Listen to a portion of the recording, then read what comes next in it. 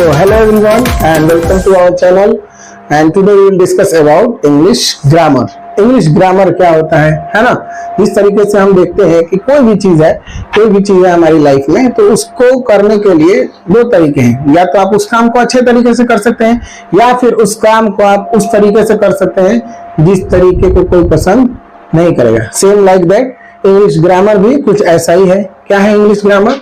English grammar का मतलब एक ऐसा पैटर्न, एक ऐसा नियम्स का जो रूल्स का सेट है जिसको आप फॉलो करेंगे तो आपकी इंग्लिश या जिस भी लैंग्वेज की आप ग्रामर पढ़ रहे हैं, जैसे आप हिंदी की ग्रामर जिसको व्याकरण कहते हैं, अगर आप व्याकरण पढ़ रहे हैं, व्याकरण का उपयोग कर रहे हैं, अनुप्रयोग कर रहे हैं अपनी भाषा लिखते समय, बोलते समय, तो फिर उस वक्त आपकी भाषा में सौंदर्यता प्रकट होने लगेगी। सेम लाइक दैट अगर इंग्लिश ग्रामर के रूल्स का अगर आप ध्यान रखते हुए लिखते हैं, स्पीक करते हैं, कम्युनिकेशन करते हैं, तो उस दौरान आपकी इंग्लिश बहुत ही बेटर हो जाएगी। जैसे हम कहें राम प्लेज, राम खेलता है, लेकिन उसी को अगर हम क्या कहें राम प्ले कह दें तो ये सेंटेंस क्या हो जाएगा? रॉन्ग हो जाएगा। आई प्ले होता है, आई प्लेज अगर कर दें तो फिर ये सेंटेंस रॉन्ग हो जाएगा। ठीक है ना। तो ये रूल्स का जो सेट बना है उसको हम किसके अंतर्गत देखते हैं? ग्रामर के अंतर्गत। ग्रामर क्या है? बेसिकली एक बुनियाद है, एक नींव है। घर बनाने के लिए हमें किसकी जरूरत पड़ती है? बुनियाद की जरूरत पड़ती है, स्ट्रक्चर की जरूरत पड़ती है, ढांचा एक होना चाहिए, है ना। और उस ढांचे पे ही घर का निर्माण होता चला जाता है, कंस्ट्रक्शन होता चला जाता है। क्या होता है कि ग्रामर जो होता है, ग्रामर क्या करता है? आपकी इंग्लिश को, अगर इंग्लिश ग्रामर की बात करें तो इंग्लिश ग्रामर क्या है? जो आपके इंग्लिश को रीडिंग में, राइटिंग में और क्या स्पीकिंग में, यानी कि कम्युनिकेशन करते समय आपकी हेल्प करता है और आपकी इंग्लिश को क्या करता है? खूबसूरत बनाता है, ब्यूटीफुल बनाता है। ठीक है ना। जिससे आप क्या होते हैं 10 लोगों के बीच में, 20 लोगों के बीच में जब आप इंग्लिश में कोई चीज लिखते हैं, कुछ बातें करते हैं, तो फिर वो क्या लगती है? अट्रैक्टिव लगती है। ठीक है। आप लोगों ने एक वर्ड पढ़ा होगा, पार्ट्स ऑफ स्पीच पढ़ा होगा। स्पीच का मतलब होता है भाषण, वाक्य समूह। जैसे कोई बात कह रहा है तो क्या कर रहा है? वाक्यों के समूहों को बोल रहा है। बहुत सारे सेंटेंस है। जैसे मैं अभी शुरू किया, इस क्लास का सेशन शुरू कर रहा हूं, तो मैं क्या कर रहा हूं? कई सारे मैंने सेंटेंस बोल डाले, कुछ हिंदी में थे, कुछ इंग्लिश वर्ड का यूज किया। तो मैंने क्या किया? वाक्यों के समूहों को बोला, और उस वाक्यों के समूहों को ही क्या कहते हैं? भाषण कहते हैं। उसी को इंग्लिश में क्या कहते हैं? स्पीच कहते हैं। और स्पीच से बन क्या है? वर्ड्स कौन सा? Parts of speech. तो पार्ट्स ऑफ स्पीच क्या है? हम जो कुछ भी बोलते हैं, हमारे मुंह से जो कुछ भी निकलता है, वो सभी क्या है? पार्ट्स ऑफ स्पीच है। अब जो कुछ भी बोलते हैं या तो वो नाउन होगा, या वो प्रोनाउन होगा, या वो एडजेक्टिव होगा, या वर्ब होगा, या एडवर्ब होगा, या प्रीपोजिशन, या कंजक्शन, या इंटरजेक्शन। आर्टिकल को हम अलग से थोड़ा सा देखेंगे। आर्टिकल भी पार्ट है हमारे बोलने का, लेकिन जब भी हम यूज करते हैं स्पीच के दौरान, स्पीच जब हम पढ़ते हैं या पढ़ाते हैं, तो हम क्या करते हैं? हम उसमें देखते हैं कि आर्टिकल को भी रखा जाता है। जैसे हम कहें कि a black horse is running in the field, अगर हम इसी एग्जांपल को ले लें तो ए जो है वो क्या है? इसमें आर्टिकल है, लेकिन हम उसको यहाँ पर डिस्कस ना करके हम उसको अलग से आर्टिकल के लिए डिफिनिट आर्टिकल, इनडिफिनिट आर्टिकल, दो तरह के आर्टिकल होते हैं, उनको हम लोग डिस्कस करेंगे जब हम सब्जेक्ट को डिस्कस कर रहे होंगे। ठीक है। क्योंकि वहां पर ये चीजें आपको ज्यादा अच्छे से समझ में आएंगी। देखिए, अभी इंग्लिश की अगर हम शुरुआत करें, ये तो हो गया कि ये कैटेगराइज हो जाएंगे, और सबसे पहले हम लोग शुरुआत करेंगे कहां से? नाउन से शुरुआत करेंगे। नाउन पढ़ेंगे, फिर प्रोनाउन पढ़ेंगे। और ऐसा बिल्कुल नहीं है कि पहले नाउन ही होता है और नाउन को ही पहले पढ़ा जाना चाहिए, ऐसा बिल्कुल नहीं है। आपको प्रोनाउन से भी पढ़ा के शुरू, हमने इससे पहले एडजेक्टिव की वीडियो डाल रखी है, हम एडजेक्टिव से भी शुरू कर सकते हैं। लेकिन एक जैसा सीक्वेंस है कि अगर नाउन को आप बच्चा समझेगा तो प्रोनाउन को समझना उसके लिए इजी रहेगा, क्योंकि नाउन और प्रोनाउन एक जैसे रिलेटेड होते हैं और ये इसकी जगह पे आने वाले वर्ड होते हैं। और प्रोनाउन के बाद अगर हम देखें तो नाउन और प्रोनाउन को अगर दोनों को समझ गए हैं तो एडजेक्टिव का इस्तेमाल किसके लिए हो रहा है? यानी कि नाउन प्रोनाउन के लिए। अगर हम एडजेक्टिव पढ़ाना शुरू करें तो बोलेंगे कि वो वर्ड जो नाउन या प्रोनाउन की विशेषता, खूबी है ना, और उनकी प्रॉपर्टीज को एक्सप्लेन करते हैं, तो फिर आपके दिमाग में आएगा कि सर नाउन प्रोनाउन क्या होता है। इसलिए इसका ये एक सीक्वेंस है, सीखने का सीक्वेंस है, पढ़ने का सीक्वेंस है, और इसको आप लोग नोट डाउन कर लीजिए, है ना। अभी आप लोग एक और चीज देखिए, जब छोटा बच्चा, कोई भी बच्चा जब छोटा होता है, यानी हम लोग भी छोटे रहे होंगे, बच्चे रहे होंगे, जब हम लोग धीरे धीरे बोलना भी शुरू कर रहे होंगे, तो हम क्या बोलते हैं? आ, ओ, यही तो साउंड निकालता है ना। छोटा बच्चा क्या साउंड निकालता है? जब बोर्ड में होता है तो वो ऐसे ही साउंड निकालता है, यानी कि वो कौन सा साउंड बोल रहा होता है? वॉवेल साउंड, जिसको ब्रेक नहीं किया। वॉवेल क्या होता है? वॉवेल वो स्मॉलेस्ट साउंड है जिसको ब्रेक नहीं किया जाए। अब अ को क्या ब्रेक कर सकते हैं? ब्रेक कर सकते हैं अ को, आई को नहीं ब्रेक कर सकते हैं। ई को, आई का जो आई तो पढ़ते हैं ना, उसको साउंड जो है वो छोटी ई का है, तो ई को क्या ब्रेक कर सकते हैं? नहीं ब्रेक कर सकते हैं। लेकिन बी को अगर बात करें तो बी को ब्रेक कर सकते हैं, ब और ई में ब्रेक कर सकते हैं। डी को ड और ई में ब्रेक कर सकते हैं। डब्ल्यू को डब्ल्यू और यू में उसको क्या कर सकते हैं? बांट सकते हैं ना, दो पार्ट में डिवाइड कर सकते हैं। इसी तरीके से हम देखें, सबसे पहले बच्चा क्या सीखता है? वॉवेल बोलना सीखता है, यानी कि वो smallest sound which can not be broken, जिनको हम तोड़ नहीं सकते हैं, वो क्या है? वॉवेल है। और जिनको हम वॉवेल की सहायता से बोल सकते हैं या तोड़ने पर उसमें से वॉवेल मिलता है, निकलता है, उसे हम क्या कहते हैं? कॉन्सोनेंट कहते हैं। तो वॉवेल आप जानते होंगे कितने होते हैं? 5 लेटर्स होते हैं इंग्लिश अल्फाबेट में, और कॉन्सोनेंट 21 होते हैं। टोटल अगर मिला दिया जाए तो ये क्या बना देते हैं? अल्फाबेट बना देते हैं। अल्फाबेट किसको कहते हैं?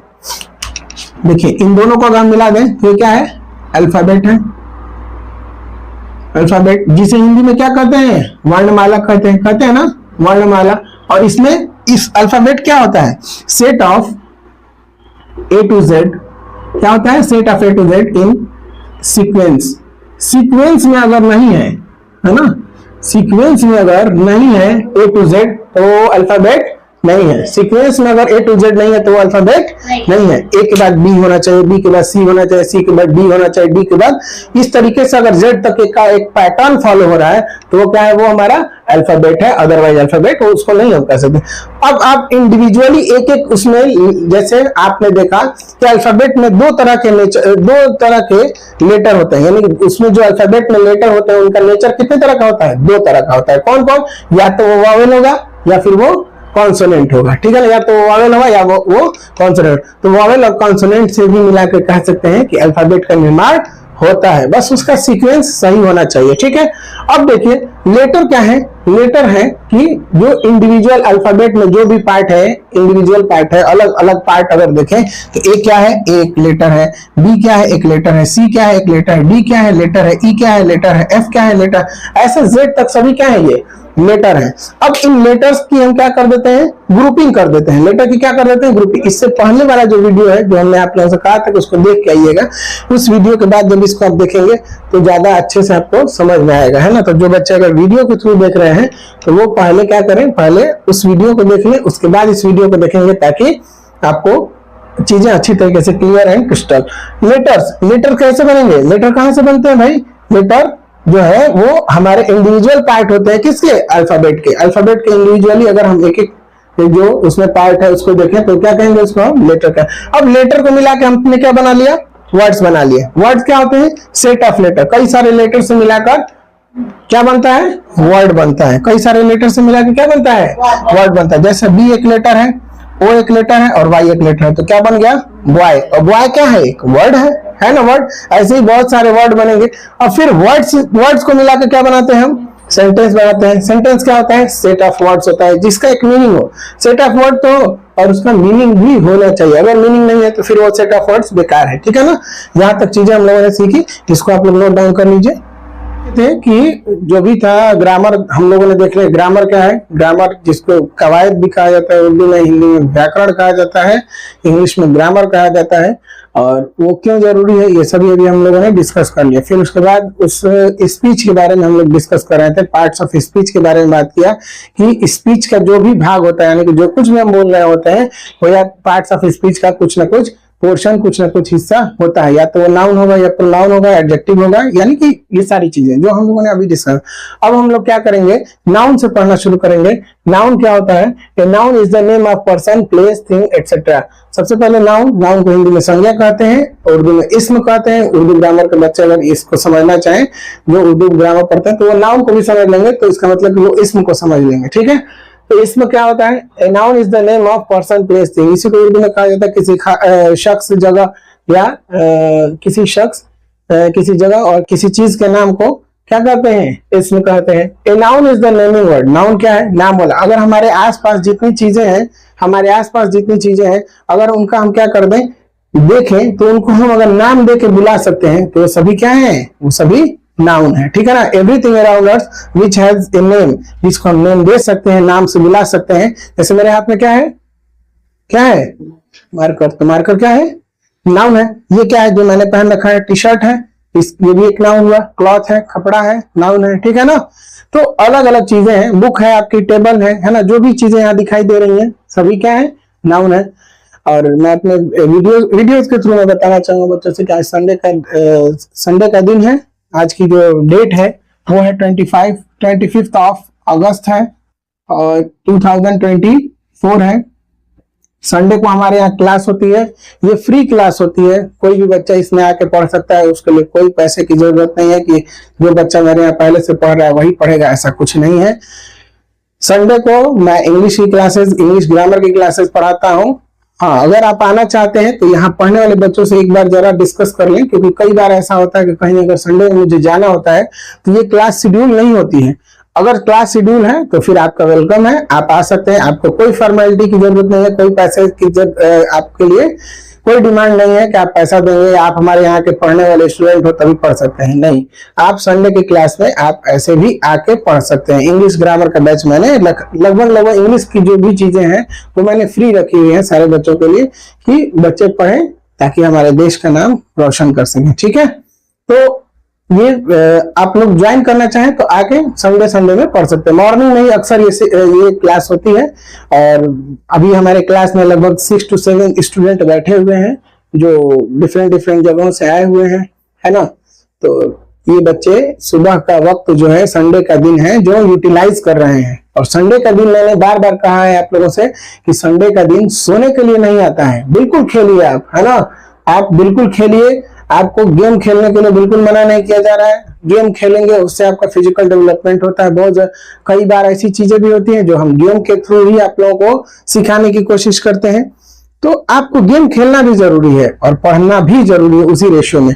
लेकिन वो बच्चे अब जो संडे को अपने क्लास को इस तरीके से डिजाइन कर लिया, अपने डे को ऐसे डिजाइन किया उन्होंने कि सुबह का वक्त जो है वो 1-2 घंटे उन्होंने स्टडी कर ली और फिर दिन में आपने क्या किया कि जो एक हफ्ते में आपने जो पढ़ाई किया था उसको क्या कर लिया? आप रिवाइज कर रहे हैं। संडे का दिन रिवीजन के लिए आता है, बस खेलने के लिए नहीं आता है। आप बिल्कुल खेलिए, उस दिन आप ज्यादा खेलिए, डेली से ज्यादा खेलिए। डेली जितने आप खेलते हैं उससे थोड़ा सा ज्यादा खेलिए, 1 से 2 घंटा खेलिए रोज। अगर आप 1 आवर प्ले करते हैं, कोई भी चीज जाके खेलते हैं, दोस्तों में बैठते हैं या कोई भी गेम खेल रहे हैं, तो आप संडे को 2 घंटा खेलिए, थोड़ा सा ज्यादा खेलिए, एक्टिविटी थोड़ा ज्यादा कीजिए, है ना?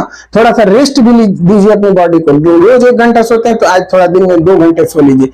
लेकिन इसको ऐसे बनाइए, क्योंकि स्कूल की तो आपकी छुट्टी होती है, 4 to 5 आवर आप घर पे होते हैं, तो उस 4 to 5 आवर में आप क्या कर सकते हैं? अपने आप को इस तरीके से मैनेज कर सकते हैं कि पूरे हफ्ते में आपने क्या पढ़ा है, पूरे वीक में क्या पढ़ा है, उसका आप रिवीजन जरूर करें। संडे को रिवीजन करेंगे ना तो फिर वो आप कभी भी भूलेंगे नहीं।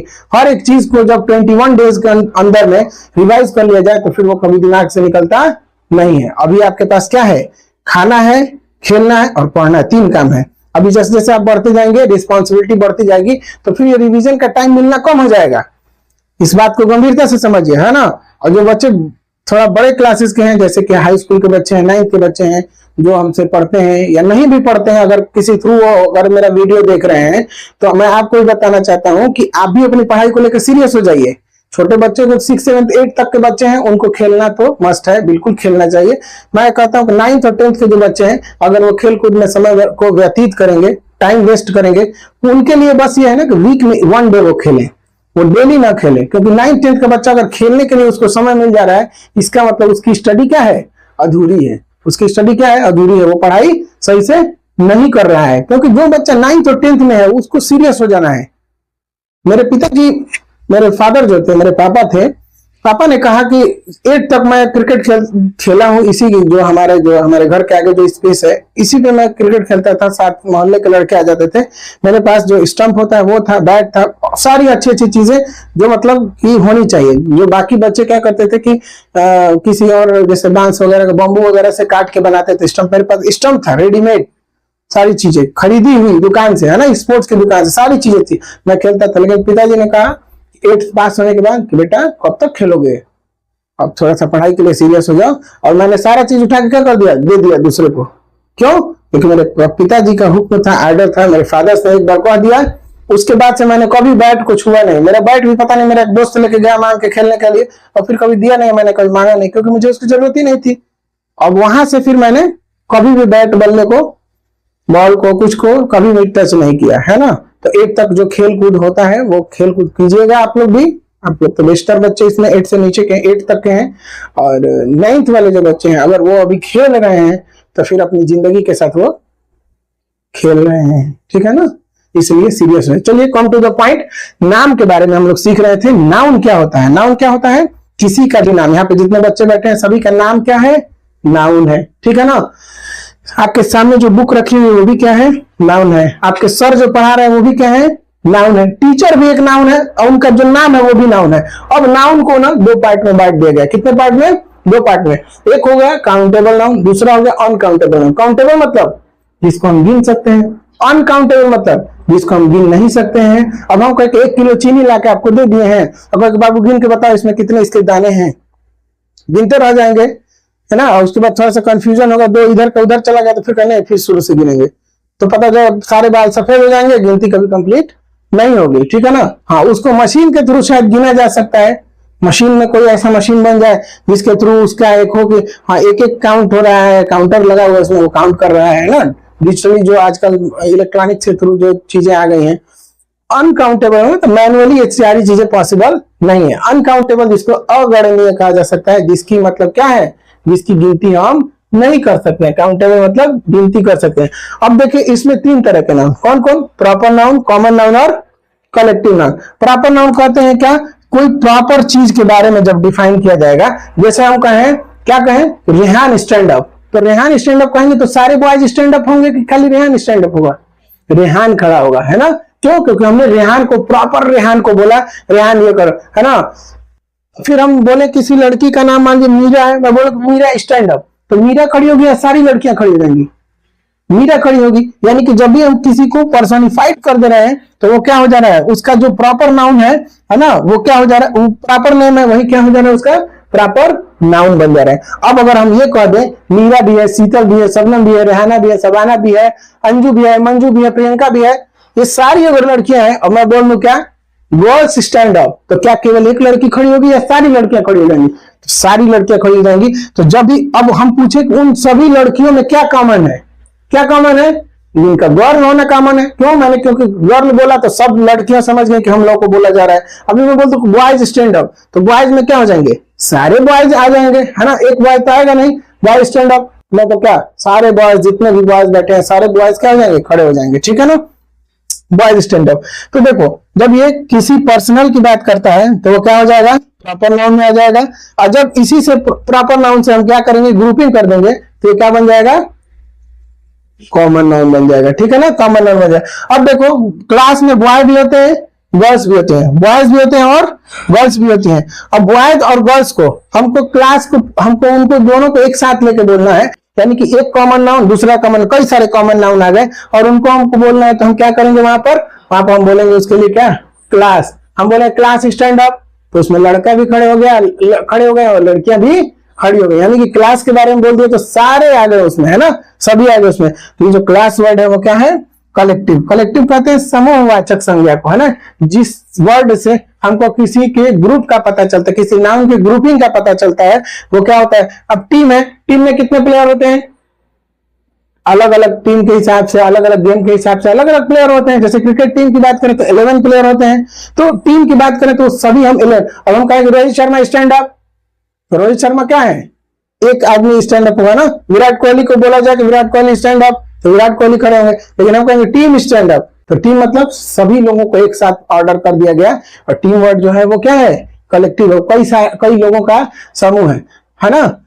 आगे देखो आर्मी जो है, आर्मी भी क्या है? आर्मी भी कलेक्टिव नाउन है। तो ये सारी चीजें आप लोग को देखिए, ये बेसिक लेवल है नाउन का, एडवांस लेवल नहीं है जिसको कहा जाए। क्योंकि फिर आप पढ़ेंगे तो वहां पर कंक्रीट नाउन भी आ जाएगा और भी कई सारे, मतलब 7-8 टाइप से, सबका अलग अलग। कई ऐसे नाउन हैं जो 2-2 चीजों को रिप्रेजेंट करते हैं, जो काउंटेबल भी होंगे और उसके बाद से प्रॉपर में भी।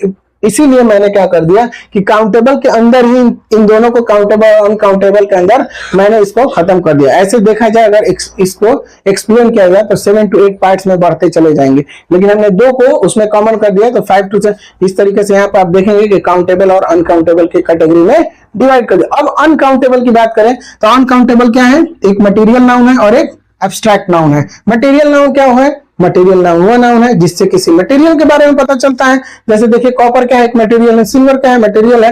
कॉफी क्या है? ये भी एक मटेरियल है ना। तो ये सभी चीजें जो है ये क्या है? मटेरियल। जो वर्ड से हमको पता चलता है कि ये कुछ क्या है? मटेरियल है, उनसे उन सभी को हम क्या कहते हैं? मटेरियल नाउन कह सकते हैं। ये गिनने लायक नहीं होते हैं, जिसे हम उनको गिन नहीं सकते हैं, ठीक है ना। इसी को उर्दू में शायद इसमें मादा कहते हैं, जमीन से निकली हुई चीजें जिनको कहा जाता है कि जमीन से। कॉफी क्या है? जमीन की ही तो उपज है ना। अगर अर्थ की फर्टिलिटी अच्छी है तो वहां पे क्या है?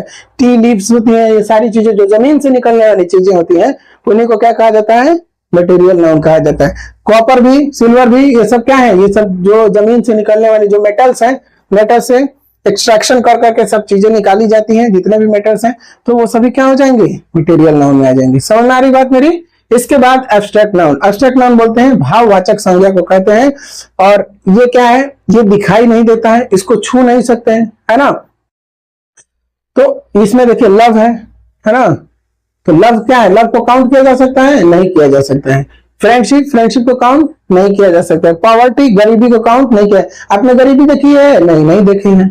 आपने गरीब इंसान को देखा है? गरीबी नहीं देखी है। आपने हंसते हुए इंसान को देखा है? हंसी नहीं देखी है। आपने रोते हुए इंसान को देखा है? रोना नहीं देखा है। क्योंकि रोना ब्लू कलर का होता है, ब्लैक कलर का होता है, रोना रेड कलर का होता है। तो कोई मानेगा क्योंकि भागो ना तो चप्पल निकाल के मारेंगे, है ना। क्यों? क्योंकि रोने का कोई देखा नहीं है, रोने को कोई देखा नहीं। तो एब्स्ट्रैक्ट नाउन को पहचानने का तरीका सबसे सिंपल है कि ना तो दिखाई दे सकता है, ना इसको छू सकते हैं, और ना इसको टेस्ट करके बता सकते हैं हाँ बहुत अच्छा लग रहा है, लेकिन इसको टेस्ट करके बता सकते हैं। कॉफी, ये नाउन का पोर्शन जो था ये पूरा कवर हो गया। अभी हम कुछ एक्सरसाइज देते हैं आप लोगों को, और यहाँ पे वीडियो हम लोग इसको रोकेंगे, पॉज करेंगे, क्योंकि अगला जो टॉपिक होगा वो हमारा क्या होगा? हमारा प्रोनाउन से रिलेटेड होगा। एक्सरसाइज की कोशिश हम करेंगे कि आप लोगों को भी प्रोवाइड कराया जाए। वीडियो के लास्ट में इसको स्नैप को डाल देंगे ताकि आप लोग इससे एक्सरसाइज और प्रैक्टिस कर सकें इस बुक से, ठीक है। तो इसको जो हमारे ऑफलाइन के बच्चे देख रहे हैं, ये जो बच्चे बैठे हुए हैं क्लास में, ये सभी बच्चे इनको नोट कर लेंगे, और ऑनलाइन के बच्चे हैं तो वो मैं हट जा रहा हूँ। अगर आप इसको नोट करना चाहते तो स्क्रीनशॉट ले लीजिए और इसको नोट कर लीजिएगा वीडियो को पॉज करके। और चैनल से जुड़े रहिए, नए हैं तो चैनल को सब्सक्राइब कर लीजिए, लाइक कीजिए, वीडियो को शेयर कर दीजिए। जो बच्चे अभी हमारी पहुंच से दूर हैं उन तक इस वीडियो को पहुंचाइए। जो आपके फ्रेंड सर्कल है उसमें उनको शेयर कीजिए, ताकि जिन बच्चों के पास ये वीडियो नहीं है वो उन तक वीडियो को पहुंच सके, ताकि हमारे देश का हर एक बच्चा पढ़ सके और हर एक बच्चा आगे बढ़ सके और देश की तरक्की हो सके, है ना। क्योंकि देखिए देश है तो हम है तो देश है, और देश की तरक्की में हम सभी का योगदान होना बहुत जरूरी है ना। हमसे ही हमारा भारत सशक्त बनेगा, हमसे ही हमारा भारत ताकतवर बनेगा। अगर आज का युवा पढ़ेगा नहीं तो आज का युवा बढ़ेगा नहीं। तो इसलिए पढ़ाई बहुत जरूरी है। शिक्षा क्या है? जीवन का आधार होता है, और शिक्षित व्यक्ति की बातें क्या होती हैं? तर्क के साथ होती हैं। वो तर्क देता है कि ये चीज यहाँ गलत है, ये चीज सही है ना। तो शिक्षित होना बहुत जरूरी है। समाज, एक अच्छे समाज के निर्माण के लिए शिक्षित होना बहुत जरूरी है। इसलिए शिक्षा को ग्रहण कीजिए। मैं फिर बताता हूँ कि ये जो क्लास संडे को होती है ये फ्री क्लास होती है। जो बच्चे आके पढ़ना चाहें पढ़ सकते हैं। ये एक समाज को दान के रूप में है, कह सकते हैं कि दुनिया को ये फ्री में दिया जा रहा है। अभी बहुत सारे टीचर हैं जो आप उनसे पढ़ सकते हैं, यूट्यूब पे पढ़ सकते हैं। मैं ये नहीं कहता कि आप मुझसे ही फ्री में पढ़ सकते हैं। बहुत ऐसे अच्छे टीचर हैं जो सारी पैटर्न और सारी चीजें यूट्यूब पे पहले से अवेलेबल है। लेकिन अगर आप आके ऑफलाइन पढ़ना चाह रहे हैं, ऑनलाइन नहीं पढ़ना चाह रहे हैं, आप यहाँ पे आके पढ़ना चाह रहे हैं, तो यहाँ पे बैठने की पूरी अच्छी व्यवस्था है और आप आके पढ़ सकते हैं। बहुत जल्द हम लोग इसमें क्लास 10th का मैथ ID शर्मा की जो बुक है उससे कुछ चैप्टर्स के बारे में अभी डिस्कस हो गया है, और उसको बहुत जल्द हम लोग लाने की कोशिश करेंगे। तो क्लास 10th के बच्चे और क्लास 9th के बच्चे स्पेशली अगर जो हमें जानते हैं या नहीं भी जानते हैं वो हमसे जुड़े, और ताकि हम लोग इसको और अच्छे से काम कर सकें और आप लोगों के लिए कुछ सहयोग किया जा सके। Thanks for watching this video. See you next time. जय हिंद।